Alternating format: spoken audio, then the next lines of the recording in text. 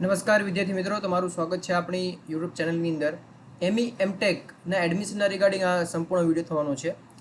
M E અને એમટેકના એડમિશનની અંદર ઘણા બધા વિદ્યાર્થીઓને ઘણી બધી ક્વેરી છે કે એડમિશન છે વેબસાઇટ ઉપર સ્ટાર્ટ થઈ ગયા છે. ઘણા બધા વિદ્યાર્થીઓ એમ કહે છે કે અમને ખ્યાલ નથી હોતો.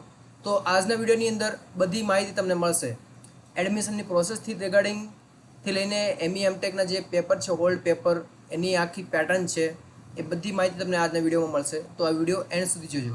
આ video master of engineering and master of technology એના માટેનો છે. આ ડિપ્લોમા કે ડિગ્રી એન્જિનિયરિંગ માટેનો નથી. એટલે જે પણ વિદ્યાર્થીઓ આ વિડીયો જોતા હોય એ પહેલાં હું તમને ક્લિયર કરી દઉં.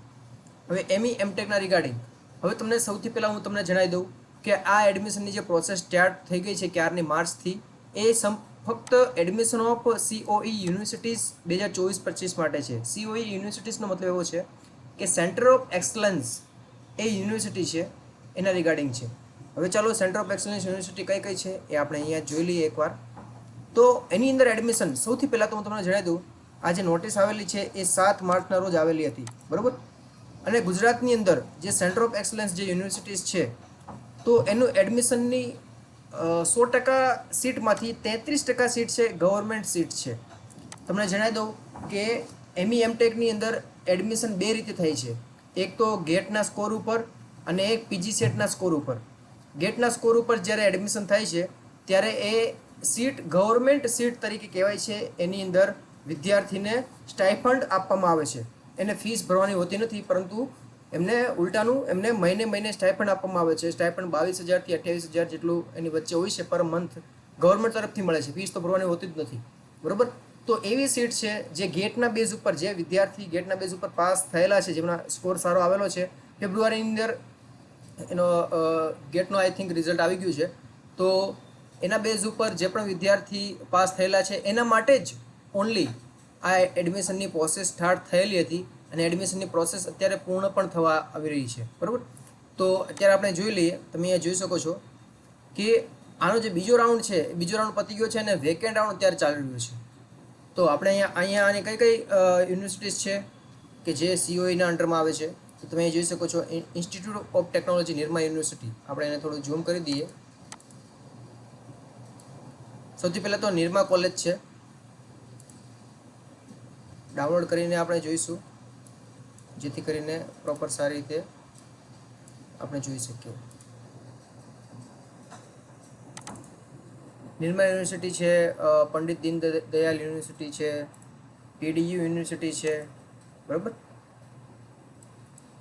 ડિટેલ્સમાં આપણે એકવાર ચેક કરીએ તો આ તમે જોઈ શકો છો. AICTE અપ્રુવલ ઇન્ટેક કેટલી છે?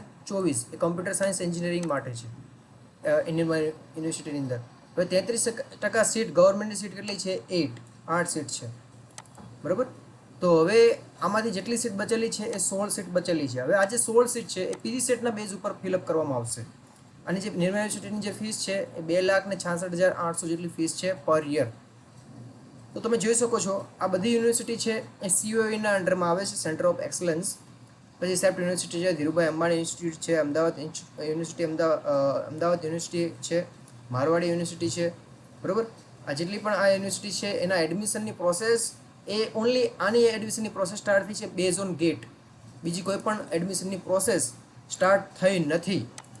તમે અહીંયા જોઈ શકો છો.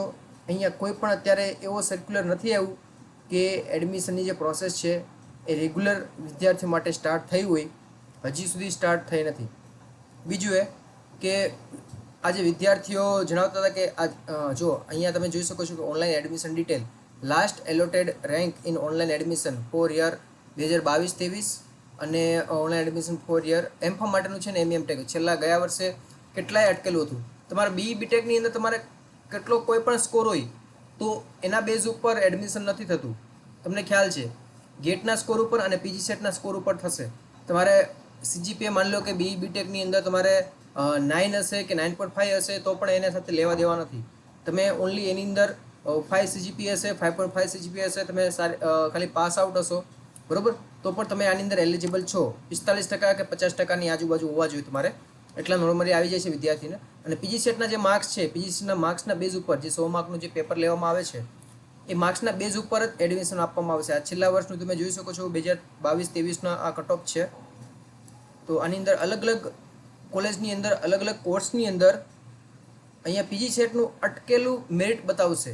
તમને એક સિમ્પલ એક્ઝામ્પલ આપી દઉં કે એડી પટેલ ઇન્સ્ટિટ્યૂટ ઓફ ટેકનોલોજી કરમસદની અંદર આર્ટિફિશિયલ ઇન્ટેલિજન્સ કોર્સ છે કે જેની અંદર લાસ્ટ રેન્ક છે એ તમને અહીંયા બતાવશે અને પીજી સેટે અટકેલું છે માર્ક્સ છે 45 માર્ક્સ તમને અહીંયા દેખાડે છે.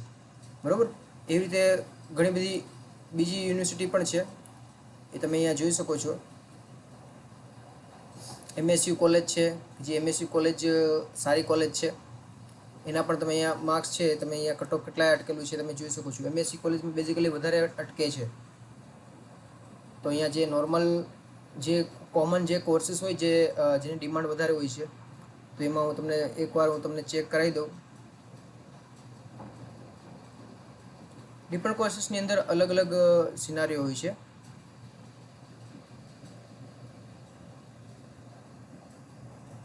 ઓકે, જીઓ ટેકનિકલની અંદર આની અંદર અટકેલું છે 37 માર્ક્સ અટકેલું છે. SC/ST નું પણ અહીંયા બતાવશે. ઓપનની અંદર તમે જોઈ શકો 41 અટકેલું છે. પીજી સેટની જે એક્ઝામ પેટર્ન છે એની અંદર માઇનસ સિસ્ટમ નથી. એ એક સારી બાબત છે કે માઇનસ સિસ્ટમ નથી. અને પીજી સેટની અંદર જે MEMTech જે સારી કોલેજ છે તો હું તમને જણાવી દઉં કે સૌથી પહેલાં તો તમારી જો ફીસની ફેસિલિટી હોય તો હું તમને જણાવીશ કે આ જે સેન્ટર ઓફ એક્સલન્સ જે યુનિવર્સિટી છે તો એમાં તમે એડમિશન લો તો વધારે સારું. જેમ કે નિરમા છે, PDU છે, પછી સેપ્ટ યુનિવર્સિટી છે, ધીરુભાઈ અંબાણી યુનિવર્સિટી છે. આ જે 4 યુનિવર્સિટી મેં તમને નામ જણાવ્યું તો એમાં તમારી જો ફીસની વ્યવસ્થા હોય તો તમે એમાં એડમિશન લેશો તો એમાં સારું છે કેમ કે એની અંદર પ્લેસમેન્ટની વ્યવસ્થા બહુ સારી છે. હવે જૂના પેપરની આપણે ચર્ચા કરીએ તો જૂના પેપર તમે અહીંયા જોઈ શકો છો. જૂના પેપર નથી. બરાબર. તો જૂના પેપર છે એ આપણે દર વર્ષે આપણે વિદ્યાર્થીઓ પાસેથી અને આપણે જાતે આપણે સ્ટોર કરીએ છીએ વિદ્યાર્થીઓને હેલ્પફુલ માટે. પરંતુ આપણે એના માટે છે આપણે વેબસાઇટ ઉપર આપણે અપલોડ કરેલા છે. વેબસાઇટનો જે દર વર્ષનો જે ચાર્જિસ છે એ આપણે પે કરવાનો હોય છે. એ ચાર્જિસ પણ આપણે એનો ખર્ચો પણ કાઢવાનો હોય છે. તો એના માટે વિદ્યાર્થીઓ પાસે એક નાની એવી આપણે રકમ લઈને એમને પીજી સેટના પેપર અને એનું મટીરિયલ આપણે પ્રોવાઈડ કરીએ છીએ જૂના પેપર. તો MEMTechના પીજી સેટ એક્ઝામ 2023 અહીંયા 2024 આવશે. આ ગયા વર્ષનો જ પોસ્ટ છે. તો અહીંયા તમને મળશે 2019, 20, 21, 22, 23 એટલા પેપર આની અંદર એડ કરવામાં આવશે. બરાબર. તો અહીંયા તમે ડાઉનલોડ કરવા માટે આ જે વેબસાઇટની જે લિંક છે હું આ વિડીયોની નીચે હું મૂકી દઈશ. તો એ વેબસાઇટની આ લિંક ઉપર તમે ઓકે કરીને તમે અહીંયા પે નાઉ બટન પર તમે ક્લિક કરશો. એના ઉપર ક્લિક કર્યા બાદ અહીંયા પેમેન્ટ તમારે 149 જેટલું તમારે કરવું પડશે.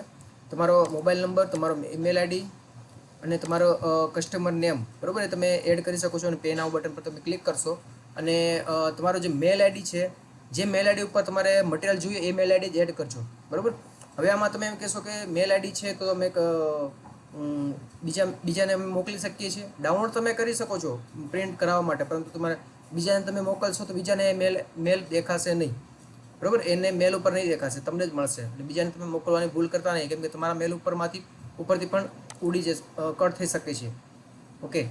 તો બીજા મિત્રો તમારે જો ડાઉનલોડ કરવાની ઈચ્છા હોય, તમારે તૈયારી કરવી હોય તો તમે ડાઉનલોડ કરી શકો છો પે નાઉ કરીને. પે નાઉ કરશો એટલે 1 થી 2 કલાકની અંદર તમારા મેલ ઉપર તમને મળી જશે. બરાબર. હવે આપણે મળશું નેક્સ્ટ વિડીયોની અંદર, પરંતુ આ વિડીયોની નીચે લિંક આપેલી છે, આપણે વોટ્સઅપ ગ્રુપની લિંક આપેલી છે, એમાં તમે જોઈન થઈ શકો છો. અને આ વિડીયોમાં તમને કંઈ પણ ડાઉટ હોય તો નીચે આમાં કોમેન્ટ સેક્શનમાં જણાવો. તમે ચેનલ ઉપર ન હોય ચેનલ સબસ્ક્રાઈબ કરી દીજો, બેલ આઇકનને પ્રેસ કરી દીજો. હવે આપણે મળશું નેક્સ્ટ વિડીયોની અંદર. જય હિન્દ.